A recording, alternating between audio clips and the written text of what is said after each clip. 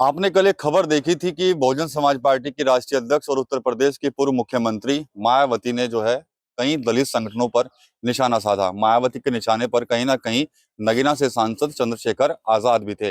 मायावती का कहना था कि कुछ लोग ऐसे हैं जो लोगों को भड़काकर हंगामा कराते हैं, सड़कें जाम कराते हैं और उसके बाद अपनी राजनीतिक रोटियां जो है वो सेकते हैं। इसके अलावा उन्होंने ये भी आरोप लगाया था कि कुछ लोग ऐसे भी हैं जो कहीं ना कहीं मगरमच्छ के आंसू जो है वो बहाते हैं। चंद्रशेखर आजाद का भी अब इस मामले में बयान आ गया है। चंद्रशेखर आजाद ने बहुजन समाज पार्टी की राष्ट्रीय अध्यक्ष मायावती पर बड़ा पलटवार किया है। चंद्रशेखर आजाद कल मेरठ में थे और मेरठ में जब वो उन्होंने पीड़ित परिवार से मुलाकात की, काफी हंगामा भी वहां पर देखने को मिला। कई दफा पुलिस से भिड़ते भी नजर आए चंद्रशेखर आजाद। लेकिन शाम को जब वो फ्री हुए तो उन्होंने अपने फेसबुक अकाउंट पर लाइव आकर बहुजन समाज पार्टी की राष्ट्रीय अध्यक्ष मायावती पर बड़ा पलटवार किया है। इसके अलावा चंद्रशेखर आजाद ने जो बहुजन समाज पार्टी के संस्थापक थे मान्यवर काशीराम, उनका एक पुराना भी वीडियो जो है वो शेयर किया है, जिसमें जो मान्यवर काशीराम है वो सड़क पर संघर्ष करते हुए नजर आ रहे हैं। कुछ कमेंट्स भी जो है वो उस पर चंद्रशेखर आजाद की तरफ से जो है वो किए गए हैं। ये वीडियो भी सोशल मीडिया पर वायरल हुआ है। लेकिन सबसे पहले आप वो पलटवार सुन लीजिए जो चंद्रशेखर आजाद ने बहुजन समाज पार्टी के राष्ट्रीय अध्यक्ष मायावती के ऊपर किया है। क्या फर्क पड़ता है? कोई सुनने वाला तो है नहीं, कोई इनकी आवाज उठाने वाला तो है नहीं। जो इनके बड़े नेता वही जो है इनकी लड़ाई लड़ने की बजाय वो इस तरह की बातें कह रहे हैं जो लोग लड़ रहे हैं उनके खिलाफ, कि भाई पहले वो उनके लोग जाके वहां जो है हंगामा कराते हैं, हिंसा कराते हैं, रोड जाम करता है, अराजकता कराते हैं, फिर उनका नेता जाता है, मुखिया जाता है घर वो मगरमच्छ के आंसू बहाने के लिए। आदरणीय बहन जी, आप मुझे नहीं कह रही हो, मैं आपका बड़ा सम्मान करता हूं, लेकिन ये जो अपमान आप कर रही हो ना, ये केतन के परिवार का भी कर रही हो, जो आंसू परिवार वो बहा रहा था मेरे साथ, जिनके आंसू पूछने के लिए मैं वहां गया था। ये आप मेवालाल पासी के परिवार का भी कर रही हो, ये आप ललिता बहन के परिवार का भी कर रही हो। आप मेरा नहीं कर रही, आप राजनीतिक स्वार्थ में अपनी राजनीतिक जो है शक्ति को या अपनी पार्टी को, अपने दल को बचाने के लिए, उसकी साख को बचाने के लिए आप इस तरह से की बातें आज आपने की जो बड़ी, जिसने पूरे समाज के मन को ठेस पहुंचाई। किस तरह के शब्दों का प्रयोग आपने किया? क्या केतन लाल की हत्या मैंने कराई या किसी संगठन ने कराई? या मेवालाल पासी की हत्या किस संगठन ने कराई? या ललिता की हत्या, उसको जो है उस बच्ची का जो है, और जिस तरह केमिकल डालकर उसका मुंह जला, ये किस संगठन ने की कराई? और जो बच्चे वहां आंदोलन भी कर रहे थे, क्या वो समाज के नहीं थे? वो क्या अपने लिए आंदोलन कर रहे थे? भले कि वो हमारे संगठन के नहीं है, लेकिन आज उनको पीट पीट के जो है, जिस तरह से उनके साथ उनको अपमानित करके, आज उनको आपके संरक्षण की जरूरत थी, आज उनको मेरे संरक्षण की जरूरत थी, सपोर्ट की जरूरत थी, और आज आपने उनको जो है उनके बारे में जो मना टिप्पणी कर दी। भाई मैं तो मना नहीं कर रहा ना, सब लोग घड़ियाले आंसू बहाए, आए जाके पीड़ितों के बीच में आए, समाज के मन में ठेस पहुंची आज आपको। मेरी बात को आप याद रखना, खबर जाएगी आप तक, आज मेरी बात को आप याद रखना। मैं आपका बड़ा सम्मान करता हूं, समाज में आपका बड़ा सम्मान है, लेकिन आज आपने जो किया है उससे समाज के मन को बहुत ठेस पहुंची है। और जो समाज पर अन्याय करते हैं उनके हौसले बड़े बुलंद हुए हैं कि अब इनके एक नेता ने तो इनके सर से हाथ हटा लिया है, जब इन पर अन्याय होगा तो वो तो हमारी पक्ष की बात करेगा, इनके पक्ष की बात नहीं करेगा। ये बड़ी चिंता की बात है। दूसरा, आपने कहा भाई निचली अदालत की जगह आपको जो है सर्वोच्च न्यायालय जाना चाहिए अगर न्याय ना मिले। तो बहन जी, आप बड़ी सम्मानित नेता हैं, आपको पता है गरीब आदमी की जिसकी हैसियत नहीं है, जो गांव में रहता है, जिसकी बेटी के साथ अन्याय होता है, जिसके खुद के साथ अन्याय होता है, जिसकी बहन के साथ अन्याय होता है, जिसकी माँ के साथ अन्याय होता है, उसकी हैसियत है सुप्रीम कोर्ट जाने की, सुप्रीम कोर्ट में लॉयर खड़ा करने की। इतना सशक्त है समाज। अगर समाज इतना सशक्त होता तो उनको किसी नेता की आवश्यकता नहीं होती, वो अपनी लड़ाई स्वयं लड़ लेता, वो आंदोलन नहीं करता, बड़ा सा वकील खड़ा होकर ना इन पे इनकी सुनवाई ना करने वाले अधिकारियों को लंबा करवा देता है। लेकिन उनकी हैसियत कहाँ है बहन जी कि वो बड़ा वकील खड़ा कर सके सुप्रीम कोर्ट में? और आप समझते हैं, मैं आपसे भी कह रहा हूं, सब लोग से, आप देखिए, बात ये नहीं है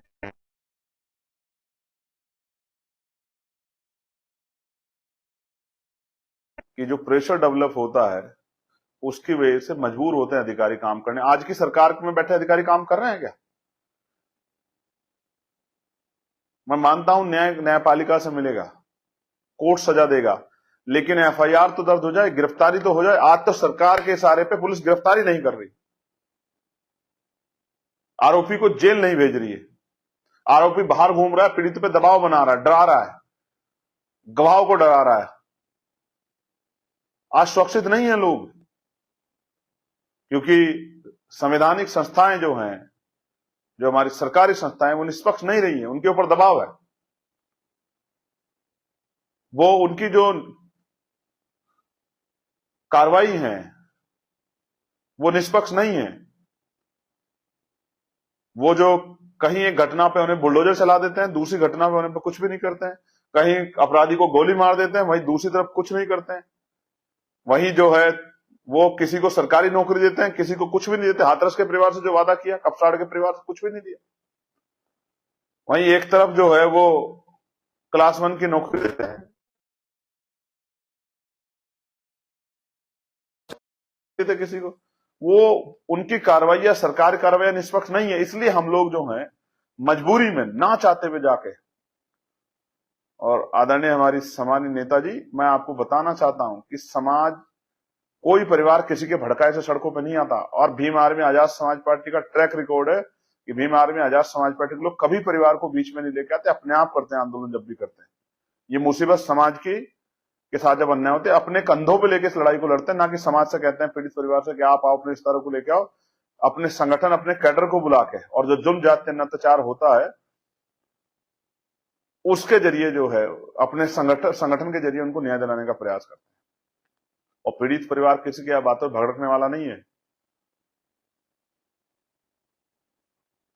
जिस तरह की शब्दों का प्रयोग आज आपने किया, सच में जो है, आप मेरे बारे में कुछ कहती, मुझे बुरा भला कह देती तो कोई फर्क नहीं पड़ता, लेकिन आज आपने समाज के लिए संघर्ष करने वाले करोड़ों भीम आर्मी के नौजवानों को, जो देश भर में समाज के लिए लड़ रहे हैं, उनके संघर्ष को आपने जो है अपमानित करने का काम किया। और समाज के जो पीड़ित लोग हैं उनको भी जो है कि वो बेवकूफ हैं, भड़क जाते हैं, किसी की बातों में आ जाते हैं, लालची, इस तरह के शब्द जो आपने यूज किए, आज आपने जो है पूरे समाज का अपमान किया। ये आपको शोभा नहीं देता।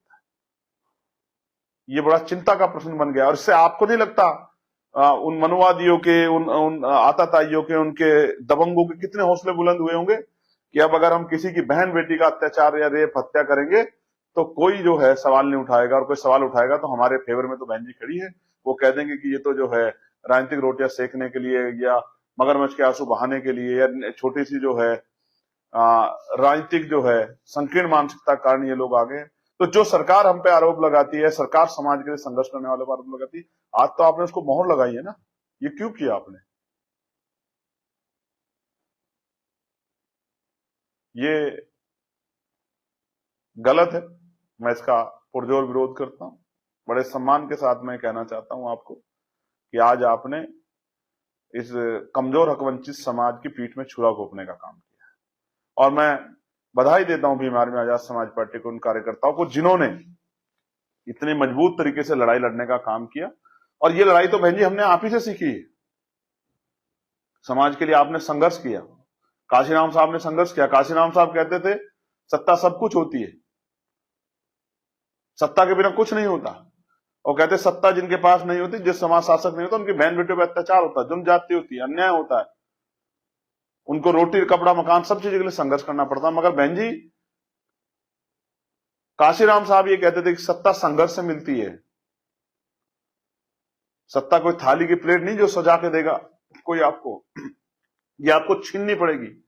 और जो आज कुर्सी बैठा हुआ इतनी आसान नहीं देगा, उसके लिए आपको संघर्ष करना पड़ेगा, उसकी गलत नीतियों को उजागर करना पड़ेगा, समाज के बीच में जाकर भाईचारा पैदा करना पड़ेगा, समाज को संगठित करना पड़ेगा, उनको वोट की वैल्यू समझानी पड़ेगी, और संगठित वोट को चुनाव वाले दिन जो है वो उसको उस तक ईवीएम तक ले जाना पड़ेगा, या बैलेट बॉक्स तक ले जाना पड़ेगा, और ईवीएम की मशीनों बटन दबा के और फिर उसका संरक्षण का काउंटिंग करा, तब राजकाज बनेगा।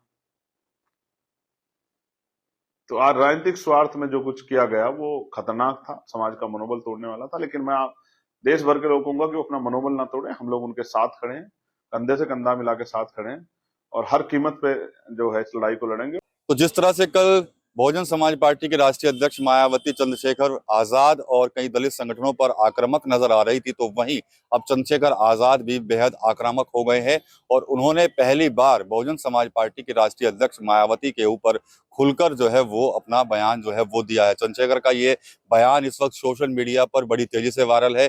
इसमें चंद्रशेखर आजाद कहीं ना कहीं बहुजन समाज पार्टी के राष्ट्रीय अध्यक्ष मायावती को नसीहत भी देते हुए नजर आ रहे हैं और साथ ही साथ वो ये भी कह रहे हैं कि जो बहुजन समाज पार्टी की राष्ट्रीय अध्यक्ष है वो शायद अपने दल को बचाने के लिए इस तरह के बयान दे रही हैं। इसके अलावा चंद्रशेखर आजाद ये भी कह रहे हैं कि बहुजन समाज पार्टी की राष्ट्रीय अध्यक्ष मायावती ने कई दलित कार्यकर्ताओं और साथ ही साथ दलित समाज का जो है वो दिल दुखाया है। देखा जाए तो कल जिस तरह से बहुजन समाज पार्टी की राष्ट्रीय अध्यक्ष मायावती काफी आक्रामक नजर आ रही थी, तो उसके बाद अब चंद्रशेखर आजाद ने भी बहुजन समाज पार्टी के राष्ट्रीय अध्यक्ष मायावती पर बड़ा पलटवार किया है।